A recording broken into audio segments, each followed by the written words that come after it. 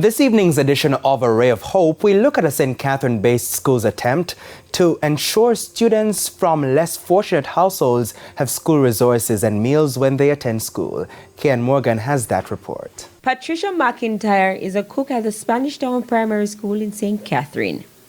Every morning she arrives at 5:15, puts on a pot by 5:30, and by 6 a.m. warm meals are ready to be served. It's a breakfast program that ensures at least one meal for about 30 to 40 students every Monday to Wednesday. So if the teachers come in one morning and they are unable to prepare breakfast before leaving, they are also catered to on the breakfast program.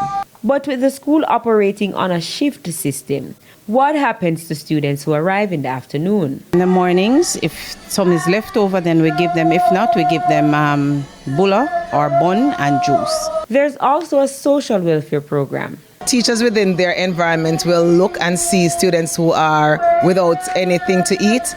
They are referred to the vice principal, who gives them a ticket to go to the canteen to get something to eat. So all students are considered at all times. Through the guidance department, students who might not have any shoes or uniform or things to have them ready for school, we prepare it free of cost for them. Now it costs $250,000 per term to fund the breakfast program, and currently only the newly formed overseas-based School Alumni Association and a church ministry that uses the school on Sundays cover that expense. So the school has reached out to other partners and is trying to expand the program to 5 days a week. We have popchoy, callaloo, cucumber, scallion, and as you can see, we have banana plant coming up.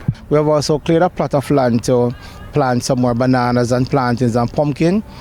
As much as possible, the areas around the school that we can plant things, we're doing that. We have partnered with RADA, Jamaica Agricultural Society, and the 4-H, and they have been helping us with seedlings and planting suckers and banana suckers and other things for our farming project.